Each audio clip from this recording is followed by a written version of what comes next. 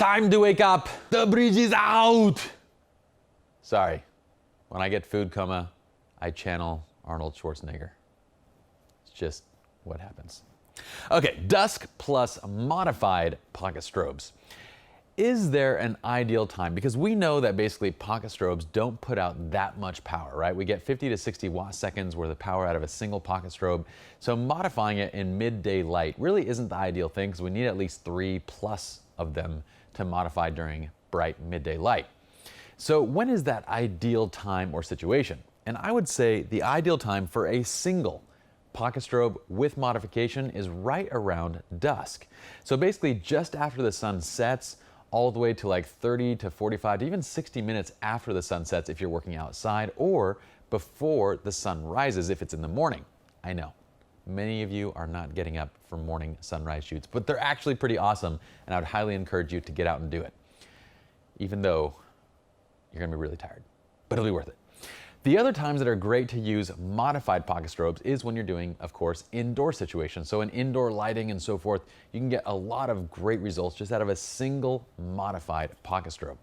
So this is basically that kind of a situation that I wanted to walk you all through. This is that dusk. You know, we're working about 10-15 minutes after the sun is set. And by the way, 10 to 15 minutes after the sun is set, you get to a point in the sky which we call basically peak color, okay? We've talked about this before, but basically peak color is when the clouds drop just below, or sorry, the sun drops just below the horizon and it underlights all the clouds in the sky. Now, if you have good clouds, you'll see the sky just light up like a ball of fire. It looks absolutely amazing.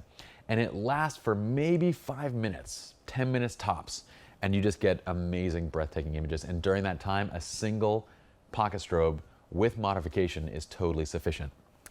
Okay, so let's talk through this shot. Now, the actual light source and modifier that we're using in this shot is the Bolt VB22 with the Westcott Rapid Box.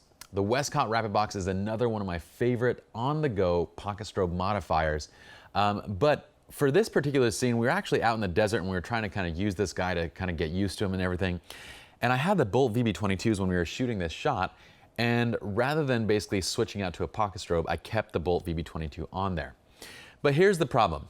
With this type of a bare bulb system going through this softbox, we get a few different issues. You'll notice that I've placed this, you know, as far forward as it'll go on this little shoe, this little hot shoe bracket right here. The problem is, since this is a bare bulb modifier, or since this is a bare bulb flash, it doesn't get completely into this modifier, meaning that we have a little bit of this bulb that's visible. And the issue with that is not only do we have a lot of light loss from this, we also get a lot of leak that's gonna bleed into the camera. So we're basically gonna get a flare from this light coming into the camera, which is gonna reduce image quality. It's gonna be noticeable and kind of obnoxious. We actually had that issue quite a bit when we were using this for a different scene. So this isn't the modifier, or this is not the flash that I would recommend for this modifier. I'd recommend just a standard pocket strobe, a Photix Mitros, a Canon 580EX, a Nikon SB910, just a regular pocket strobe to go onto this so that you can fit it into the bracket well. I just wanted to give you that note because a lot of times when you're using medium strobes and other types of flashes, and when you're buying things and testing them out, you'll find that they don't necessarily fit certain types of modifiers as well. So we use this just because of convenience purposes, but for this particular shot, you don't need a medium strobe. This is a medium strobe, but you really just need a pocket strobe to pull this off because we don't need that much power. I just wanted to state why we were using this, and it was because we had it on there, it was already mounted, it was ready to go, and we didn't want to lose our light in the sky. All right, so Logan, would you be so kind to take this off set? Thank you, sir. Alrighty, so let's go ahead and walk through how we shot this image. Now we're shooting on the Sigma 35mm art. Again, a fantastic prime lens, looks absolutely awesome. For composition and attributes, the main thing that I'm thinking of is I want to shoot around f4. Why? Because I do want to have some depth of field here. I want to be able to see detail in the sky. I want to be able to see if we can see any ground, in the shot. I want to be able to see what's going on behind her. Now, of course, the ground got dark enough where we don't really see that much of it, but I was kind of thinking that we would see a little more desert in the shot, and so I was prepping for that. But we're using f4 to kind of increase the depth of field, increase sharpness, 1/100th of a second for our shutter speed. And the shutter speed is the second compositional attribute that I'm thinking of. Why? Because I'm envisioning her basically ruffling, or basically like kind of creating motion in this cloth to create an interesting shape in the final shot. what I want to do is actually not completely freeze that motion. I want to show a little bit of that motion, let a little bit of it kind of like capture in the ambient light, and then freeze most of it with the flash. So I thought it'd be cool to have some motion in the image. So I'm thinking that the 1/100 of a second for my shutter speed is also part of my compositional attribute of showing motion. Okay, so from there, I mean, sync speed, we're good. We're shooting in low light conditions, less than 1/200 of a second. Our sync is okay. We don't need to do anything.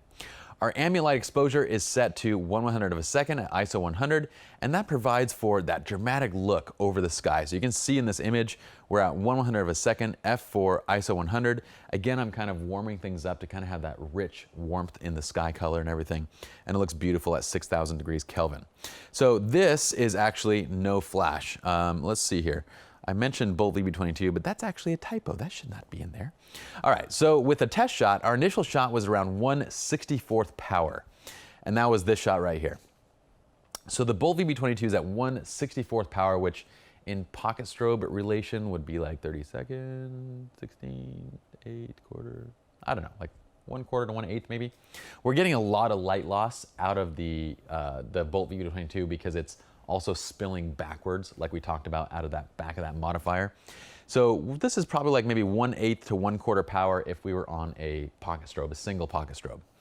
So with the test shot, we get just not enough brightness. What we end up seeing is that the ambient light balance, our background is still brighter than our subject, and what we want to do is reverse it. We want this background to be a little bit darker, the subject to really pop. We want Yvette to really pop out in the shot. So we need to basically bring it up by 1 to 2 stops. So the ideal power setting for a modified pocket strobe that's held probably at this distance is going to be between 1/1 to 1/2 power, because the distance from the flash to the subject is actually quite a ways right now. It's actually about like 15 to 20 feet. So for that type of a shot, we're lighting from left to right, and you wouldn't need a significant amount of flash power because your inverse square law is telling you that you're losing a lot of light. All right, so now from light direction and quality, well, we're shooting from camera left. So I actually have my lighting assistant, and actually on this shoot, I was so fortunate to have my good friend, Trevor Daly. He's an incredible wedding photographer, just an incredible photographer all around. He's like one of the best in the world. He came out and helped me on the shoot. So he's actually holding our boomstick to camera left, and we have that, you know, the boomstick with the Westcott rapid box set up over there. So we're lighting from the left side. Why? Well, one of the reasons is because I know my subject. I'm not dealing with, you know, 2 people in this shot. I'm dealing with 1 person.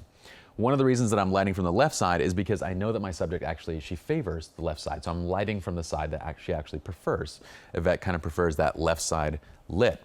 The other reason is that our ambient light is coming from kind of that direction, right? We can see kind of that brightening in the sky happening over here off the left side of the image. And so we're kind of lighting from that direction to kind of almost simulate that if there was daylight that was kind of on her face, it would kind of be from that direction too. So we're kind of simulating or following the natural light in the scene to create a better and more natural look.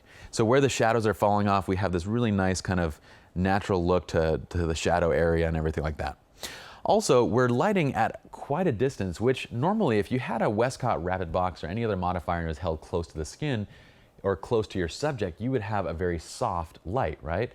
But at 15 to 20 feet, that becomes a pretty small light in comparison.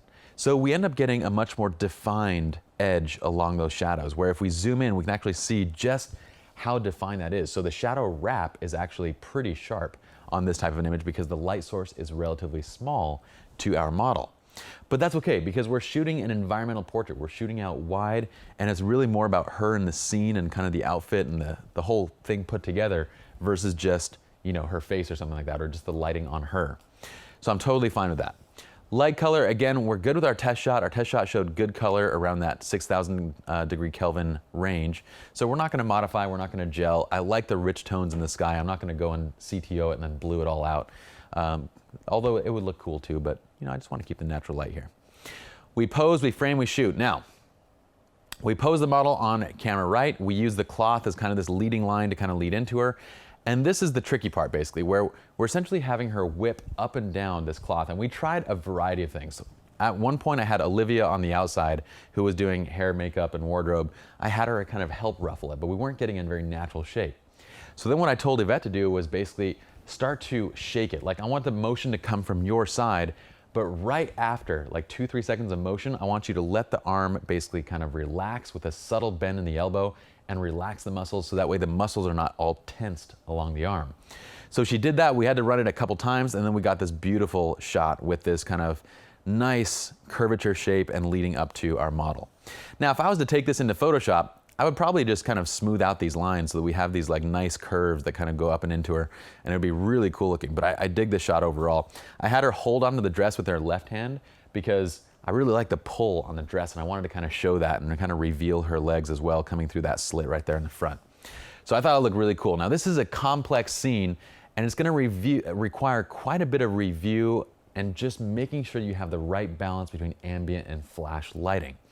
Why? Because there's several things going on. So we are shooting with manual flash, right? We're shooting with a VB22. Our Pocket Wizard is on our camera, and that's what's controlling the Bolt off-camera flash, which means that we're firing first curtain sync. So there's a couple things that I want to review in this. Number one, I want to look at the motion that's captured in the cloth and make sure that it looks okay. Make sure it doesn't look bad. And I liked it. I liked the way it was kind of moving. I thought that I could have maybe slowed down the shutter speed even more, but I was happy with this shot, and we were losing light very quickly. But the other thing I want to make sure is that the shadows and the wrap and everything that's hitting her, like notice how her face right now, the angle to the light, we're getting mostly Rembrandt lighting, maybe a little bit of loop, but it's pretty dramatic as far as the shadow. So it's somewhere in between loop and Rembrandt. Not quite Rembrandt, not fully loop, but still pretty dramatic. So we want to make sure that the light, the way that it's kind of being cast into her, it looks flattering and it looks natural. One of the areas of concern that I had was just in the legs. I wanted to make sure that the back leg wasn't completely concealed in shadow, because if the back leg was completely in shadow, then it would look essentially like she was missing a leg, right? So we want to at least show a little bit of form there, and I love how it just kind of goes black and kind of implied as it goes up higher in the shot, and we have this beautiful dress lit right here. So we have a really good look overall. But we want to make sure we analyze these things and make sure that in camera, our balance from background to subject is a good balance, it's the desired balance, and to make sure that our camera settings, like shutter speed, is adequate to capture the motion of the cloth as she kind of swings it, as well as the flash balance and so forth. So that's it for this tutorial. Just remember that the ideal times for a single pocket strobe with modification is either dusk, just after the sun sets or just before the sun rises, or in kind of indoor lighting conditions where you don't need as much power. From there, it's going to come straight down to ambient light versus flash balance. Once you have that dialed in, look to other things like the motion of the image to make sure that you capture the correct motion and whatever you're looking for in the particular shot that you're taking. That's it for this tutorial. Let's move on to the next one. Watch this, I'm gonna freak him out. So Logan, would you be so kind to take this? I got it. Thank you. Scared you there. Yeah. Should we do that again? Yeah, probably. Probably should. Okay, so Logan, would you be so kind, sir, to grab this? Oh, watch out for the blood! I'm just kidding. It's on there. I kill me. Who knows which one of those will be good. Okay, so Logan, sir. All right, so Logan, would you be so kind to take this off set? Thank you, sir.